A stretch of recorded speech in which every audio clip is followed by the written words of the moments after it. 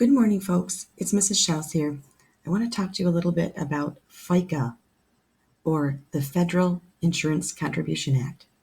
According to that act, employers are required to withhold a percentage of your income for two pieces, Social Security and Medicare. Your textbook would share that 7.65% is the amount withheld, but that's broken down into 6.2% for Social Security and 1.45% for Medicare. It is important to note, however, that for Social Security, we only pay on our first $90,000 worth of income. If we make beyond that, we no longer pay Social Security. However, all of our income is subject to Medicare tax. The employer will contribute an amount that's equal to your tax. So essentially, folks that are self-employed will be paying double, since they're sort of serving as both the employer and employee, right? Let's take a look at a few examples so you can see each of the different scenarios as far as our Social Security piece is concerned. If we make less than that 90,000, or if we've already exceeded the 90,000 for the year, or whether we are going to span that 90,000 mark during our next pay. All right, so Debbie has a weekly salary of $675, and her earnings to date are $15,840. What does that mean? That means that so far this year, she has made $15,840. The question then is, how much is deducted this week for both Social Security and for Medicare? Now, the $675 coupled with what she's already made is going to take her nowhere near that $90,000 mark. So what I know is that on her entire earnings, the whole $675, she's going to pay the 6.2% for Social Security. I'll write that as 0.062 expressed as a decimal. We'll multiply to see what tax she'll pay there. And then similarly, the entire earnings are subject to Medicare at 1.45%. So that's 0.0145. And we write that as a decimal. I grab my handy calculator and we'll do some work here. 675 times 0.062 gives me $41.85 that gets withheld for, I'm going to write this as SS, that's Social Security. And then similarly, 675 times 0.0145 gives me a total of $9.79 for Medicare. Now keep in mind, we had already looked at withholdings for federal and for state tax. So an individual like this would pay some for federal, for state tax, for Social Security, for Medicare, and maybe for some other things as well. So boy, those deductions certainly can add up, and that's why we can never look at our gross pay and think that's how much money I really have to budget with, right? All right, moving on. Here, Jill has a monthly salary of $10,800. Her earnings year to date are $108,000. So she has already gone over that 90,000 mark, meaning she's already paid Social Security on the first $90,000 of her earnings. So she will pay zero in Social Security. There's nothing to calculate. She's already gone in an earning sense beyond the 90,000. However, remember that our entire income, so $10,800 for this monthly pay, is subject to Medicare tax. And again, it's at a rate of 1.45%. Grab that calculator again. 10,800 times 0.0145 is $156.60.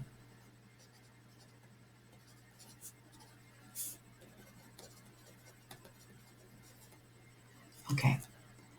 Now, number 3 is the one we have to think about the most.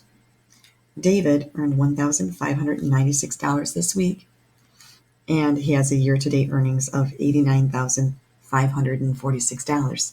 Now, as you can see here, he's pretty close to the 90,000 mark, but how close do you have to be, right? Well, within this amount.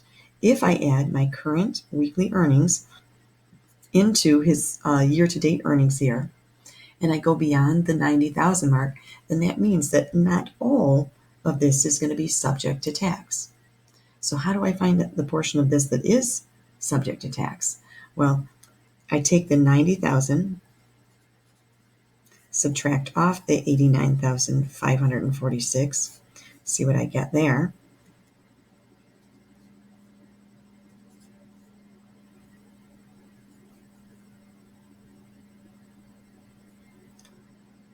Yeah, so $454 is what would be subject to tax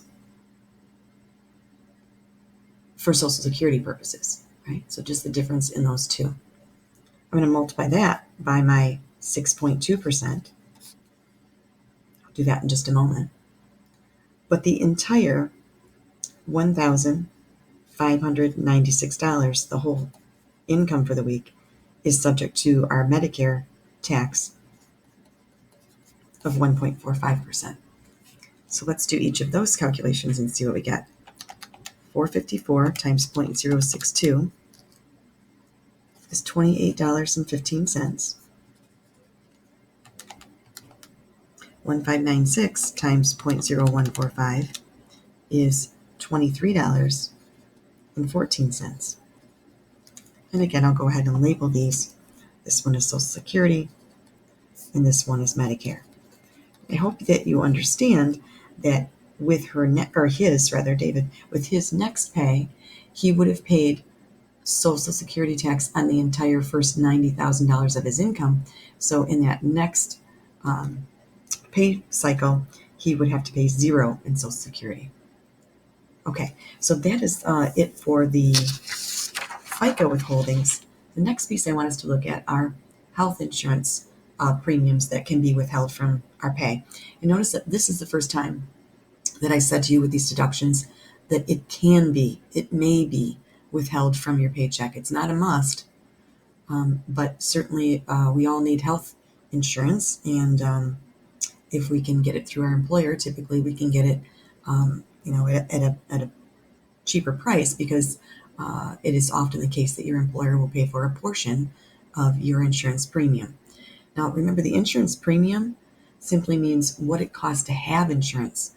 You'll still have a wide variety of out-of-pocket expenses associated with using your medical coverage. Okay, so I started out here by saying, let's talk about how overwhelming medical costs can become. Something as simple as a young person maybe enjoying skiing in the winter, and they fall and break a leg, or something of that like that. We're talking about maybe thousands of dollars in cost associated with casting and medications, or an ER visit that might have had to occur as a result. And that's not to mention things also like lost wages, right? But if you take someone that goes through something a little more catastrophic, like a bout with cancer, or they have some other, larger medical condition, medical costs can go into the hundreds of thousands, tens of thousands for sure, but hundreds of thousands quite quickly. And so it can become very overwhelming. My mom went through cancer when she was fairly young, like in her late 40s, early 50s. And she and my father had worked like their whole lives to pay off their home. And if they hadn't had health insurance, they would have ended up losing their home. That would have been really devastating. So super thankful for that insurance. Okay, there are 3 types of health insurance plans. The first one is a traditional plan. As you can see, the PPO, or Preferred Provider Organization, and then HMO, or Health Maintenance Organization. Real quickly, just the sort of big difference in these is that the traditional plan, the most expensive plan, you're able to see any healthcare provider that you want. You go, you show them your card, and per whatever your plan coverage is, you would be covered. Okay. The PPO, on the other hand, says that you must see a select group of healthcare providers who give you comprehensive services. They have to be in what we call your network, right? So it's a select group. However, you do not have to seek out referrals from your primary care physician. Okay. And then for the HMO, you must select a primary care physician. They provide your non-emergency care. And other than if it's not an emergency, but something where you'd like to go see a specialist. Maybe you're, thinking, oh, I've, got this little patch of dry skin on my face and I'd like to go see a dermatologist. Well, the physician has to decide whether they're able to treat it themselves or whether they do believe they need to refer you to a specialist. So it takes a referral to a specialist in order to not, to go see the specialist, but in order for your health insurance to cover that visit per your plan. Okay. All right.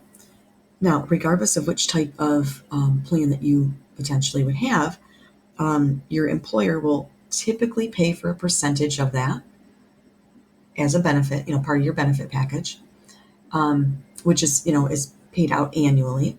But boy, it would be a large expense. So what they do is they withhold a portion based on how frequently you're paid, right? For the remaining piece that you're responsible for paying, right? So they pay a percentage typically, not always, and you pay the remaining amount, okay? Which again gets divided into these pays depending on how frequently you are paid. So if you're paid monthly, that would be 12 times per year, semi-monthly 24, weekly 52, bi-weekly 26. We've talked about those before. That's just there to serve as a reminder. Okay, so I've got a couple of examples for us to take a look at in that area. And you guys have the notes hopefully pre-printed out in front of you, I would hope. So you can see I've kind of pre-worked through these, but I'll use the paper to cover up as we work down. All right, so Sue, she has a family plan for an HMO. It costs $11,500 per year. Her employer pays 75% of that. Wow, lucky her. 75% is a pretty big chunk. How much will be withheld from her weekly paycheck? So first of all, we need to think if her employer pays for 75% of this, she has to pay for the remaining 25%. All right, so if she's going to pay 25% of this $11,500, we need to find that figure. 11,500 times 0.25 means that annually she's responsible for $2,875.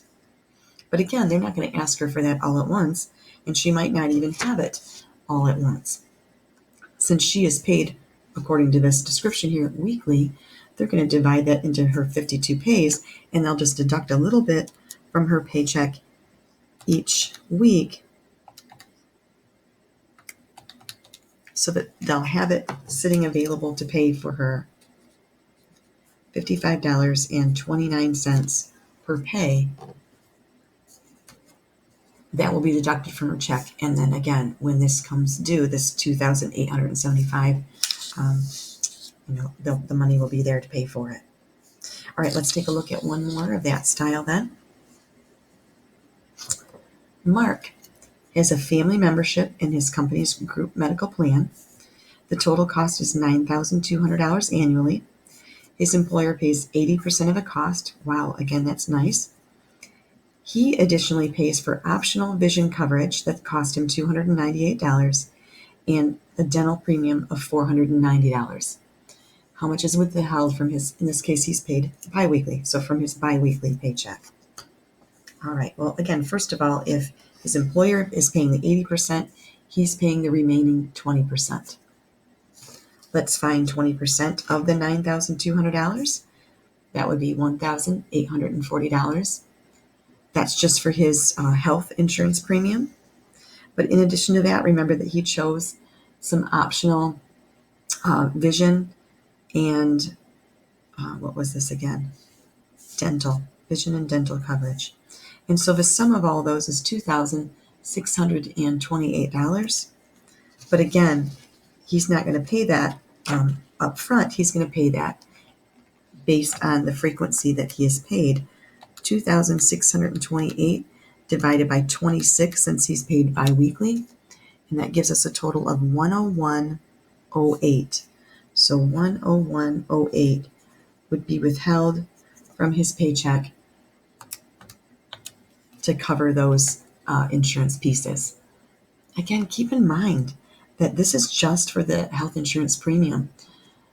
This individual would have to have from their pay federal tax withheld, state tax withheld, the Social Security and Medicare pieces that we would pay through the FICA Act. And then additionally, might opt to have withholdings for these insurance pieces. And as we'll talk about soon, some optional things like could have amounts withheld for an FSA or an HSA, could have amounts withheld for different types of retirement savings, charitable contributions, and so on. Okay, so it can certainly become a big chunk. All right, you guys are going to practice, again, calculations for these types of deductions, and we'll talk soon. Make it a great day.